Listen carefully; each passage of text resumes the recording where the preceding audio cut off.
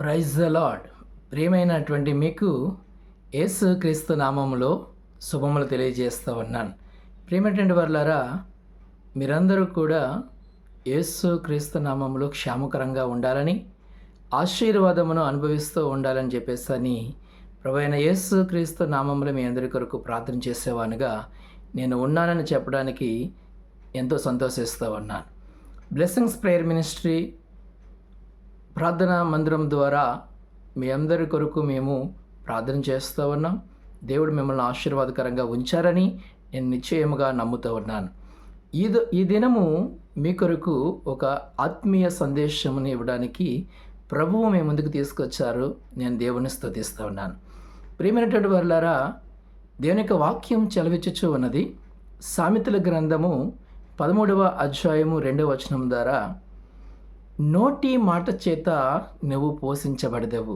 చూడండి, ఈ దినము మన కుటుంబములను పోషించుకునే విషయంలో ఎంతో ప్రయాసపడాల్సి వస్తూ ఉంది.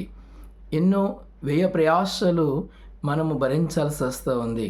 కానీ ప్రభువు చెప్తూ ఉన్నాడు, నీ నోటి మాట చేత నీవు పోషించబడదవు. ఎలాగున ఇది సాధ్యము అని మనము ఆలోచన చేస్తే దేవుడు చెప్పిన ఏ మాట కూడా దానిని మనం అనుమానించాల్సిన పని లేదు. దేవుడు నమ్మదగిన వాడు, ఆయన మన జీవితంలో మేలు చేయవాడు. దేవుని యొక్క వాక్యం చెలవిచ్చుచున్న మాటను మనము ఆలోచన చేస్తే, నీ నోటి మాటను ఎప్పుడైతే దేవుడు పలకమన్న విధముగా, దేవుడు ఉండమన్న విధముగా, దేవుడు చేయమన్న విధముగా నీవు నీ నోటి మాటను మార్చుకుంటావో, నీ స్థితిని మార్చుకోవడానికి ప్రారంభించిన వాడవుగా అది నీకు ప్రారంభమవుతుంది. దేవుని యొక్క వాక్యంలో మనం చూస్తే అద్భుతమైన ఆశీర్వాదకరమైన మాటలు నీవెప్పుడైతే పలకడానికి నీ నోటిని తెరుస్తావో అదే నీకు విజయమును సొంతం చేస్తుంది. అది నీకు ప్రారంభము. నువ్వు అభివృద్ధి చెందడానికి, నువ్వు వర్ధిల్లడానికి, నువ్వు దీవించబడటానికి కారణమని నువ్వు గుర్తెరిగినప్పుడు నిశ్చయముగా నీ జీవితంలో విజయంను సొంతం చేసుకోవడానికి ప్రారంభిస్తావు. చూడండి, ఫర్ ఎగ్జాంపుల్ మనం చూస్తే ఈ దినాన నోటి మాట చేత ఆశీర్వాదము ఎవరు పొందుతున్నారని మనం ఆలోచన చేస్తే, చూడండి, డాక్టర్స్ దగ్గరికి మనం వెళ్ళినప్పుడు ఓపీ రాయించుకోవడానికి 500 రూపాయలు మనం చెల్లించాల్సి వస్తుంది. లోనికి వెళ్ళిన తర్వాత ఆ డాక్టర్ గారు మనతో జస్ట్ 2-3 నిమిషాలు, మించిదే 5 నిమిషాలు మాట్లాడతారు. టెస్టులు చేయమంటారు, చేయించుకోమంటారు, స్కానింగ్ చేయించుకోమంటారు. ఈ 5-6 నిమిషాలు ఆయన మన కోసం హెచ్చించిన సమయానికి మనం 500 రూపాయలు ఫీజు చెల్లిస్తూ ఉన్నాం. తర్వాత వారు చేయించుకోమన్న ఆ స్కానింగ్లన్నింటికి మనం డబ్బు చెల్లిస్తూ ఉన్నాం. ఇవన్నీ కూడా వారికి లాభసాధకమే. అలాగే ఒక లాయర్ యొద్దకు మనం వెళ్ళినా ఆ లాయరు మనకున్నటువంటి పరిస్థితిని మనకు మేలు చేయడం కోసం వారు ఇచ్చేటువంటి కొద్దిపాటి సజెషన్కు మన దగ్గర ఫీజు వసూలు చేస్తారు. అంటే మనం ఆలోచన చేస్తే వారి నోటి మాట చేత వారి కుటుంబమునకు కావలసిన ఆర్థిక పరిస్థితులను వృద్ధి చేసుకోవడానికి వారు పెట్టే పెట్టుబడి ఏంటంటే వారి నోటి మాట. అదే ఒక కార్మికుని మనం చూసుకుంటే దినమంతా వారు కష్టపడితే తప్ప వారు రోజు కూలి వారు సంపాదించలేరు. అంటే ఇక్కడ రోజంతా కష్టపడి శ్రమించిన తర్వాత వారికి ఫలం వస్తుంది. వారు చెమటూర్చి సంపాదించాల్సి వస్తుంది. కానీ చదువరులైన వారు, జ్ఞానవంతులైన వారు, వారు భవిష్యత్తులో స్థిరపరచబడిన వారు, వారి బాల్యములో వారు నేర్చుకోవలసిన విధానంలో ఆ చదువు నేర్చుకున్నారు కాబట్టి, వారు ప్రయోజకులయ్యారు కాబట్టి ఇప్పుడు వారి నోటి మాట వారిని పోషించడానికి కారణమైంది. నేనంటాను, దేవుడి మాటను మనం ఎప్పుడైతే నా మాట విని నా ఆజ్ఞలను పాటించేవారు మీరు వర్ధిల్లుదరు, అభివృద్ధి చెందుతారు, దీవించబడతారు అనేక దేవుని యొక్క వాక్యం చదివిస్తుంది. ప్రియులారా, మన నోరు జీవపు ఓట అని ప్రభువు చెప్తూ ఉన్నాడు.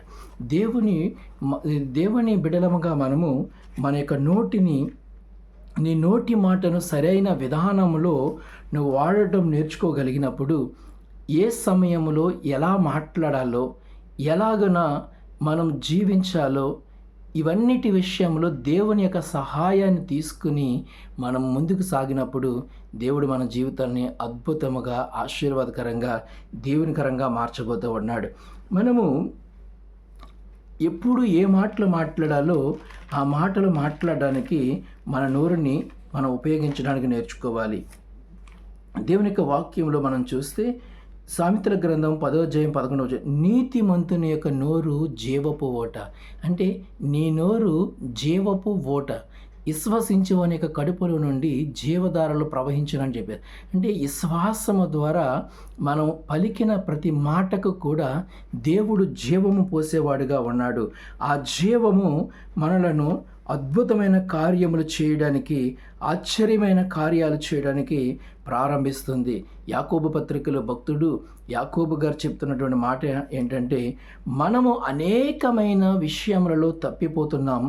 మాట విషయంలో తప్పిపోకుండా మన నోటిని మనం కావలి కాసుకున్నప్పుడు, ఎవడైతే విరోధమైన మాటలు, నష్టమును కలిగించే మాటలు, గాయపరిచేటువంటి మాటలు మాట్లాడకుండా తన నోటిని కావలి కాసుకునేవాడట, తన సర్వ శరీరమును కూడా స్వాధీనములో ఉంచుకుని వారు అభివృద్ధి చెందడానికి కారణముగా వారు ఉంటారు, అభివృద్ధి చెందుతారు, ఆశీర్వదించబడతారు, దీవించబడతారని యాకోబు భక్తుడు చెలవిస్తున్నాడు. అంటే సర్వ శరీరం మీద కూడా వారికి అధికారం వస్తుంది. అంటే నీ నాలుక జీవమునకును మరణమునకు కారణమైనదని నువ్వు ఎరిగినప్పుడు, జీవముతో కూడిన మాటలు నువ్వు పలకడానికి నువ్వు నేర్చుకున్నప్పుడు, నీ సర్వ శరీరాన్ని కూడా నీ స్వాధీనములో ఉంచుకుని విజయకరమైన మార్గంలో నడవడానికి ప్రారంభిస్తావు అని చెప్పేసి దేవుని యొక్క వాక్యాన్ని మనం చూస్తూ ఉన్నాం.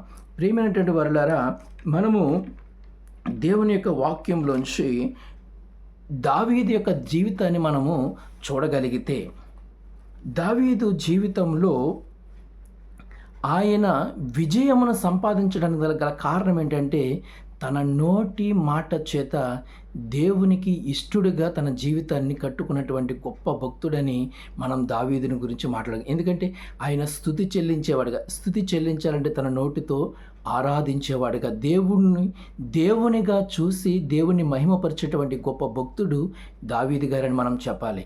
ఎందుకంటే ఆయన నోరు తెరిచి ప్రార్థించేవాడుగా, విజ్ఞాపనం చేసేవాడుగా, ఆరాధించేవాడుగా తన జీవితాన్ని మనం చూస్తూ ఉన్నాం. రాత్రంతయు ఆయన ప్రార్థన చేసినప్పుడు ఆయన పరుపు తేలినంతగా ఆ అనుభవంలోకి నడిపించబడినటువంటి భక్తుడు దావీదు. అంటే ఆయన ప్రార్థించే అనుభవం కలిగి ఉన్నాడు, ఆయన ఆరాధించే అనుభవం కలిగి ఉన్నాడు. అంటే తన నోటిని సరైన విధానంలో వ్యర్థమైన మాటలు పలకడానికి తన నోటిని అప్పగించలేదు, కానీ దేవుని స్తుతించడానికి తన నోటిని వాడాడు, ప్రార్థించడానికి తన నోటిని వాడాడు. ఎలాగ శత్రువులను ఓడించడానికి ఎలాంటి మాటలు పలకాలో ఆ విధముగా తన నోటిని వాడాడు. కాబట్టి దావీదు జీవితంలో మనము అద్భుతాన్ని మనం చూస్తూ ఉన్నాం. చూడండి, నీ నోటి మాటను ఎలా వాడాలో, ఎప్పుడు ఎలా పలకాలో దేవుని యొక్క సహాయము, పరిశుద్ధాత్మ దేవుని యొక్క సహాయము మనం తీసుకుని పలకడానికి ప్రారంభించినప్పుడు నీ కుటుంబ జీవితంలో, నీ వ్యక్తిగత జీవితంలో, అందుకని నీ బిడ్డల యొక్క జీవితంలో మేలు పొందుకొని ఆనందించడానికి ప్రారంభిస్తాం. మన కుటుంబ జీవితంలో ఆశీర్వాదం ఉండాలంటే నువ్వు మంచి మాటలు మాట్లాడేవారుగా ఉండాలి. నీ బిడ్డలను జీవితంలో విజయమును చూడాలి అని చెప్పేసి అంటే నీ నోటి మాట తీరు మార్చుకోవాలి. నువ్వు ఈరోజు దేవుడి మాటలు మనము వెంట ఉన్నాం. దేవుడు నిన్ను ఆశీర్వదించాలని కోరుకుంటూ ఉన్నాడు. నువ్వు ఆశీర్వదించబడాలి అంటే నీ నోటి మాట తీరు మార్చబడాలి.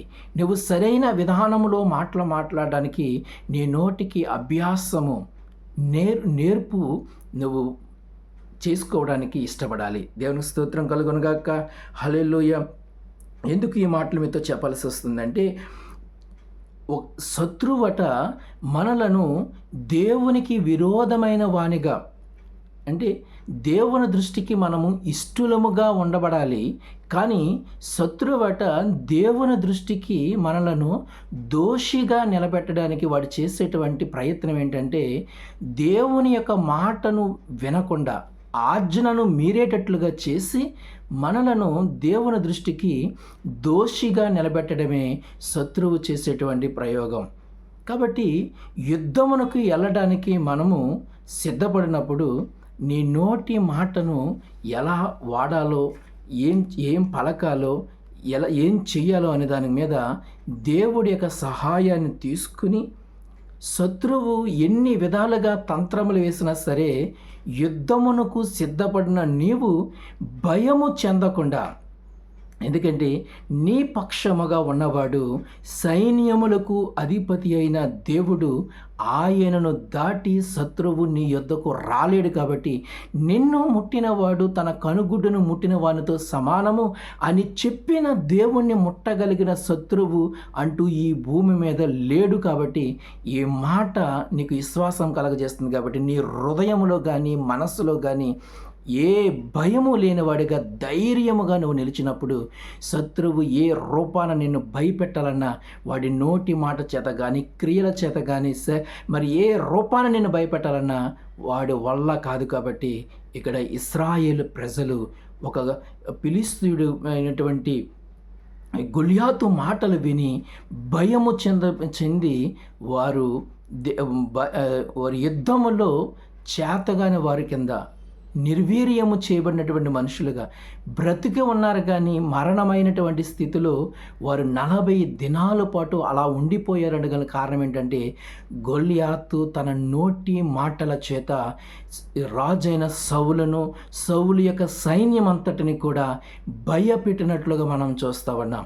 కానీ ఆ భయము వారందరినీ కూడా తాము యుద్ధ వీరులమని, సౌలైతే తన అభిషక్తుడనని, నేను దేవుని పక్షముగా ఈ యుద్ధము ప్రారంభిస్తే గొలియాతు దేవుని ఎరగని వాటిని గొలియాతు నన్ను ఏం చేయగలడు, నా సైన్యంని ఏం చేయగలడని వివేచన కోల్పోయినట్లుగా మనం సౌలును చూస్తూ ఉన్నాం, సౌలు యొక్క సైన్యమును చూస్తూ ఉన్నాం. కానీ అభిషక్తుడిగా రూపాంతరం చెందిన దావీదు మాత్రము తన నోటి మాటను ఎలా వాడాడో మనం చూస్తే ఆ దావీదు చేసిన ప్రార్థన, దావీదు చేసిన ఆరాధన, దేవుని యందు ఆయనకు ఉంచిన ఆ దావీదు ఉంచిన నమ్మకమును చూస్తే మనం ఈరోజు ఇన్స్పైర్ కాకుండా ఉండలేం.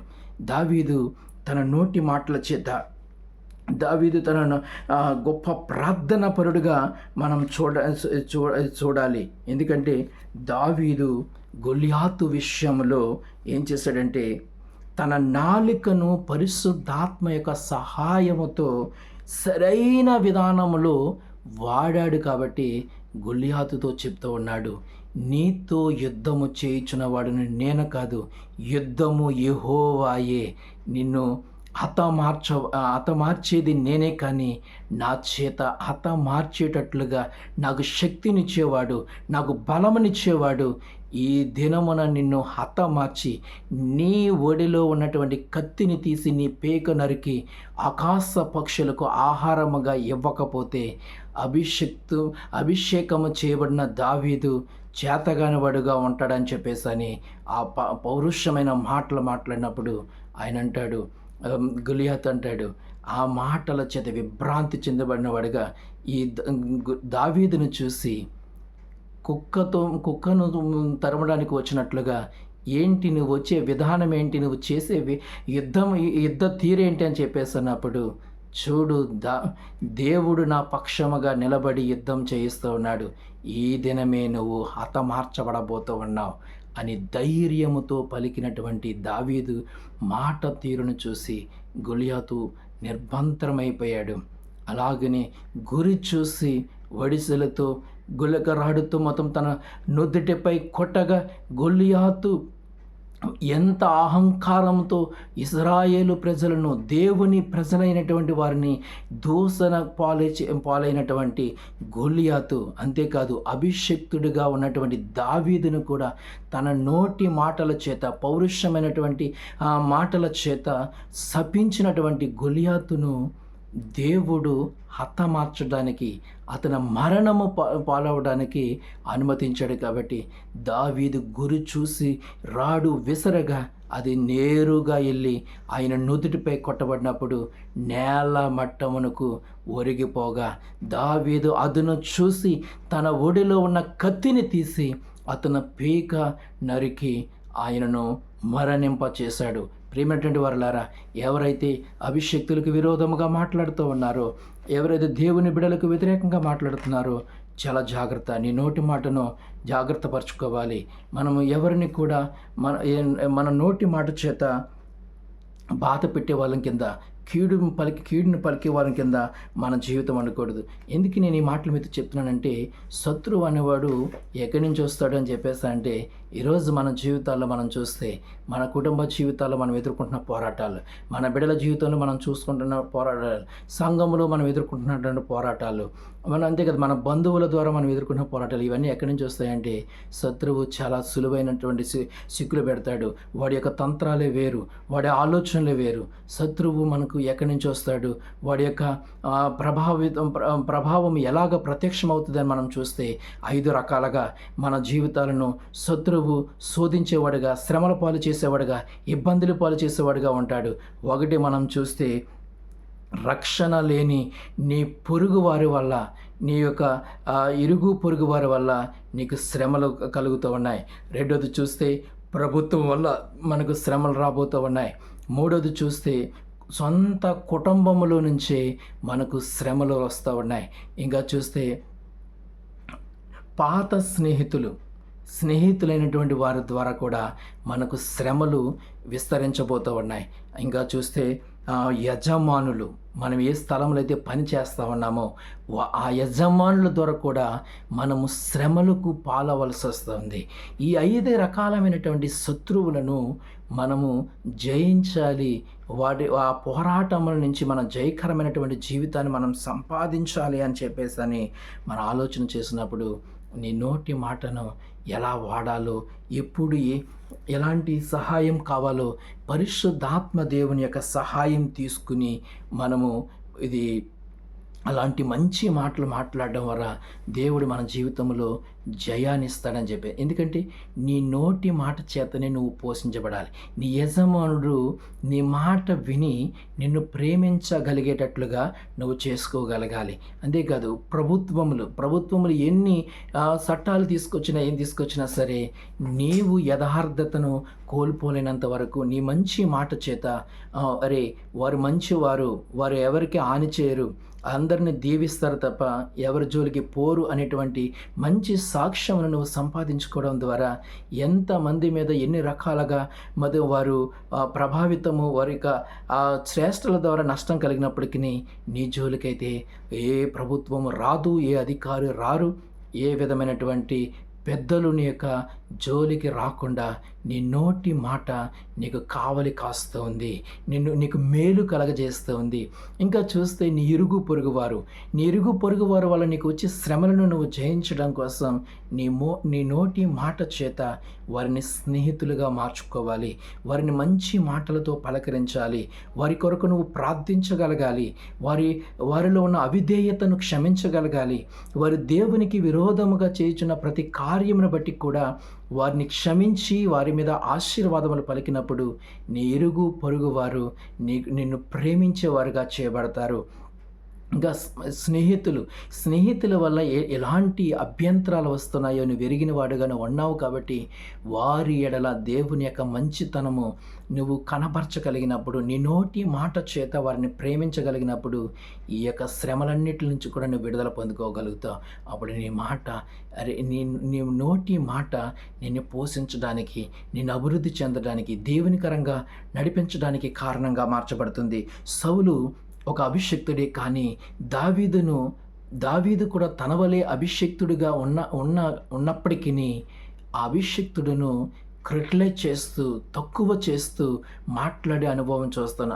అంటే తన సొంత కుటుంబంలోనే నీ రక్త సంబంధికులే, నీ అన్నదమ్ములే నిన్ను తక్కువ చేసి, లేకపోతే నీ బంధువులు నిన్ను తక్కువ చేసి మాట్లాడుతున్నప్పుడు నువ్వు చాలా ఇబ్బంది పడతావు. నీ యొక్క వారి యొక్క నోటి మాటల చేత నీ హృదయము గాయం చెందబడుతుంది. ఆ నోటి మాటల చేత కలిగే నొప్పి నీ హృదయాన్ని పిండి చేస్తుంది. అప్పుడు నువ్వు చాలా వేదన చెందబడతావు. కానీ ఇవన్నీ కూడా వస్తాయి, కానీ నీవెవ్వరవో నువ్వు ఎరగాలి. నీ నోటి మాట జీవపు ఊట. నువ్వు పలికేటువంటి మాట ఆశీర్వాదం తీసుకొస్తుంది.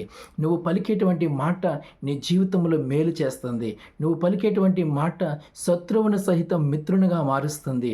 నువ్వు పలికేటువంటి మాట నీ జీవితంలో అద్భుతాలు సృష్టిస్తుంది. ఆదిలో మనం చూస్తే తండ్రి అయిన దేవుడు వెలుగు కలుగున గాక అని తన నోరు తెరిచి తన నోటి మాట చేత పలికినటువంటి ఆ మాట చేత వెలుగు కలిగింది, చీకటి కలిగింది, భూమి కలిగింది, ఆకాశం కలిగింది. ఆకాశమందు సూర్యచంద్రులు కలిగారు, నక్షత్రములు కలిగాయి, భూమి అందులో సమస్తమును ఏర్పాటు చేయబడ్డాయి. తన నోటి మాట చేత అద్భుతాలు సృష్టించాడు దేవుడు. తన నోటి మాట చేత సమస్తాన్ని కూడా మేలుకరంగా మార్చాడు. అది మంచిది అని పలికాడు. అలాగనే అదే దేవుని ఆత్మ, ఆ దేవుడే నీతో చెప్తున్నాడు, నీ నోరు జీవపు ఊట.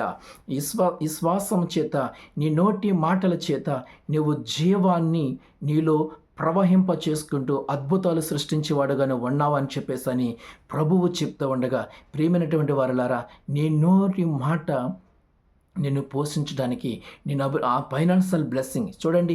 ఇంతవరకు మనం ఆశీర్వాదాన్ని కోల్పోయాం, మనము ఆరోగ్యాన్ని కోల్పోయాం, ఎంతో నెమ్మదిగా ఉండేటువంటి మన జీవితాల్లో సంతోషాన్ని కోల్పోయాం, ప్రశాంతత మన జీవితంలో లేదు, సమాధానం లేదు.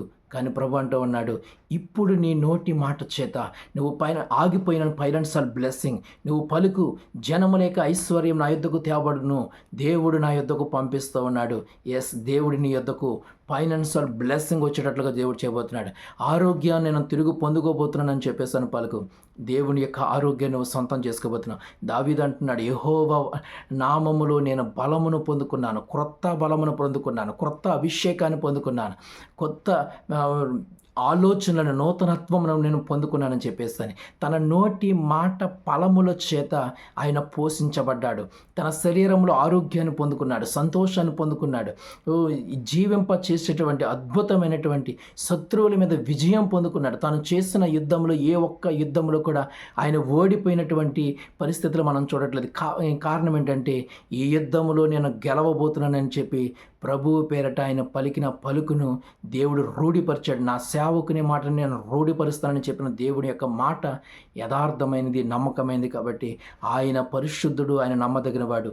ఈరోజు సౌలు రూపంలో, ఒక అభిషక్తుని రూపంలో నీ మీదకు శోధన వచ్చిన తన అన్నదమ్ములు కూడా ఆయనను తక్కువ చేసి మాట్లాడారు. నీకు యుద్ధం రాదు కదా, నువ్వెందుకు యుద్ధం చూడడానికి వచ్చావా, ఏంటి నువ్వేం చేయబోతున్నావు అని చెప్పేసి అని ఆయనను తక్కువ చేసి మాట్లాడినట్లుగా మనం చూస్తూ ఉన్నాం. ఎందుకంటే ఎక్కడ చూసినా సరే దావీదు జీవితంలో ఇది పోరాటం ఇది ఆయన ఎదుర్కొన్నాడు. ఎవరు కూడా ఆయన ఎంకరేజ్ చేయలేదు. కానీ ఆయన నోటి మాట చేత ఆయన ఆశీర్వదించబడటానికి, తన అన్నదమ్ములు ఆయన తక్కువ చేసి చూసిన, తన రాజు అయినటువంటి సౌలు తక్కువ చేసి చూసిన, మరి ఎవరి మాటలు కూడా ఆయన తక్కువ చేయలేదు. అంతేకాదు గొలియాతు కూడా ఆయనను దూషించాడు, తన నోటి మాట చేత దూషించాడు. ఆయన పౌరుషమైనటువంటి మాటలు ఆయనను బాధ కలిగేటట్లుగా చేశాయి. కానీ ఆ మాటలు కూడా ఆయన వినలేదు. ఆయన ఎవరి వైపు చూశాడంటే దేవుని వైపు చూశాడు. నేనంటాను, నీకు బలం ఉంటే సరిపోదు, నీకు శక్తి ఉంటే సరిపోదు, అభిషేకం ఉంటే సరిపోదు, ప్రార్థన ఉంటే సరిపోదు, ఆరాధన ఉంటే సరిపోదు. నీవు ఎప్పుడు ఎలాగున మాట్లాడాలో, ఏ సందర్భంలో ఏమి మాట్లాడాలో, ఏం చెయ్యాలో పరిశుద్ధాత్మ దేవుని యొక్క శక్తి సహాయమును తీసుకుని అలాగున సమయస్ఫూర్తితో కూడా సమయోచితమైన జ్ఞానముతో దేవుని వలన పలకడం నేర్చుకున్నప్పుడు విశ్వాసముతో నువ్వు కొండను చూసి నువ్వు వెళ్ళి సముద్రంలో పడు అని చెప్పేసి నువ్వు పలికిన మాట ప్రకారమట అది వేళ్లతో సహితము పెకలించబడి సముద్రములో పడవేయబడుతుంది అని ప్రభువు చెప్పిన మాట నిజము. కాబట్టి ఈరోజు నీవు కూడా సమయోచితమైన జ్ఞానముతో, దేవుని యొక్క జ్ఞానముతో, దేవుని యొక్క సహాయముతో పలికిన ప్రతి మాట వల్ల కూడా నీ జీవితంలో విజయం సంపాదించబోతూ ఉన్నావు, నువ్వు మేలు సంపాదించబోతూ ఉన్నావు, నువ్వు ఘనమైన కార్యాలు నీ జీవితంలో పొందుకోబోతున్నావు. కాబట్టి ప్రియమైనటువంటి వారులారా, దేవుని యొక్క మాటను ఎప్పుడు ఎలా మనం పలకాలో దాన్ని నేర్చుకోగలిగినప్పుడు జయకరమైనటువంటి జీవితాన్ని మనము ప్రారంభించబోతూ ఉన్నాం. ఫైనాన్షియల్ బ్లెస్సింగ్ రాబోతుంది, మరి స్పిరిచువల్ బ్లెస్సింగ్, ఆత్మీయ ఎదుగుదలలో నువ్వు ఎదుగుదలలో అభివృద్ధి చెందుతావు, ఆశీర్వాదాన్ని చూస్తావు. అంతేకాదు నీ పిల్లల జీవితంలో సమాధానాన్ని చూస్తావు, వారి జ్ఞానవంతులుగా తీర్చబడటం నువ్వు చూస్తావు. నువ్వు కోల్పోయిన సర్వమును కూడా నువ్వు పొందుకోవడానికి ప్రారంభిస్తావు. కాబట్టి నీ నోటి మాటను సరైన విధానంలో వాడటం ప్రారంభించు. నువ్వు గొప్ప కార్యాలు నీ జీవితంలో సొంతం చేసుకోబోతున్నావు. గొలియాతు లాంటి వారు, హామాను లాంటి వారు, పరో లాంటి వారు, ఎంతమంది శత్రువులు వచ్చినా సరే వారిని పాల్ డౌన్ చేస్తావు, నువ్వు వారిని పడగొడతావు, వారిని నాశనం చేస్తావు. వారు నీపై జయము పొందలేనంతగా నీవు అతిశయపడడానికి, నీవు వారి మీద జయమును పొందడానికి నీ నోటి మాట కారణం కాబోతుంది. కాబట్టి ఏ గొలియాతును చూసి భయపడవద్దు, నీ శత్రువులను చూసి భయపడవద్దు. దేవుడు నిన్ను మరలా చెప్తున్నాను, సామెతల 13:2 ప్రకారం నీ నోటి మాట చేత నువ్వు పోషించబడబోతున్నావు, నువ్వు అభివృద్ధి చెందబోతున్నావు, నువ్వు దీవించబడబోతున్నావు. కాబట్టి ప్రభువు తన కార్యములు నీ జీవితంలో చేయడానికి ఇష్టపడుతూ ఉన్నాడు. ప్రభువు చేత నువ్వు ఆశీర్వదించబడడానికి నీ నోరు తెరిచి ఆశీర్వాదపు పలుకులు పలుకు. దేవుడు అన్నాడు, జీవము నీవు మంచి దినములు చూడగోరిన ఎడల నీ నోరుని మంచి మాటలు పలకడానికి వాడడం నేర్చుకో. దీవెనకరమైనటువంటి మాటలు మాట్లాడడం నేర్చుకో. ప్రభువు యొక్క దీవెనలు, వాగ్దానములు, ప్రవచనములు పలకడం నేర్చుకో. మేలు చేసడం నేర్చుకున్నప్పుడు విసుగక నువ్వు మేలు చేసి సత్క్రియలు చేసేటువంటి యోచనలో నువ్వు ఉన్నప్పుడు దేవుడు నీ జీవితాన్ని ఆశీర్వాదకరంగా, మేలుకరంగా చేయబోతున్నాడు. ప్రియమైనటువంటి వారులారా, దేవుడు నిన్ను, నీ నోటి మాటను దీవెనకరముగా చేయడానికి ఇష్టపడుతున్నాడు. కాబట్టి ప్రభువు నీ నోటి మాట చేత నిన్ను దీవించి ఆశీర్వదించి గొప్ప చేయాలని కోరుకుంటున్నాడు. అలాంటి దేవునికి మన జీవితాన్ని సరౌండర్ చేసుకుందాం. ప్రభువు కృపలో వర్ధిల్లుదాం. నీ నోటి మాటను ఈరోజు ఎలా వాడాలో ప్రభు యొక్క సహాయం కోరు. నేను చిన్న ప్రార్థన చేయబోతున్నాను. పరిశుద్ధమైన తండ్రి, నా యేసయ్య, నీ జీవము గల నామములో పరిశుద్ధుడు, పరిశుద్ధుడు, పరిశుద్ధుడని వేవేల దేవదూతల చేత కొనియాడబడుచున్నటువంటి మా ప్రియ రక్షకుడా నా యేసుదేవా, మా నోటి మాటను ఆశీర్వాదపు పలుకులు పలకడానికి మేము తెరచుచుండగా నీ నోటి మాటను రూఢీపరచువాడను నేనే. యెహోవా రాఫా అని వాడను నేను స్వస్థపరచువాడను.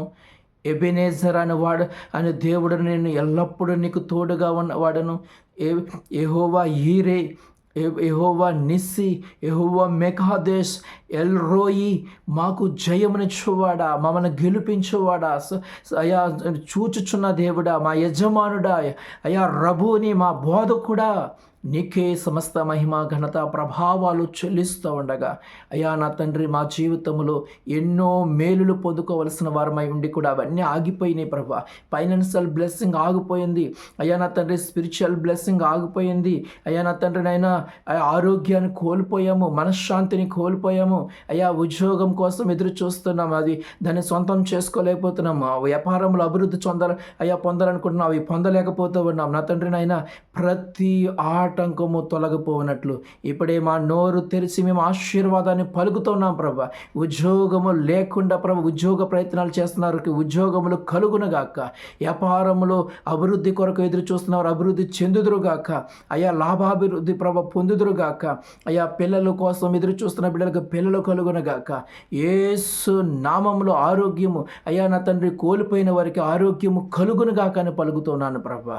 యేసు నామములో అయ్యా, అప్పుల చేత బాధించబడుతున్న వారందరూ కూడా అయ్యా ఫైనాన్షియల్ ప్రభ బ్లెస్సింగ్ చేత ప్రభ అభివృద్ధి చెందుదురుగాక, మేలు పొందుకుందురుగాక, కృపల చేత వర్ధిల్లుదురుగాక. కృప ఎంబడి కృప, జయము ఎంబడి జయము, మేలు ఎంబడి మేలు పొందుకున్నట్లుగా అయ్యా నీ బిడ్డలను ఆశీర్వదిస్తున్నాను, దీవిస్తున్నాను.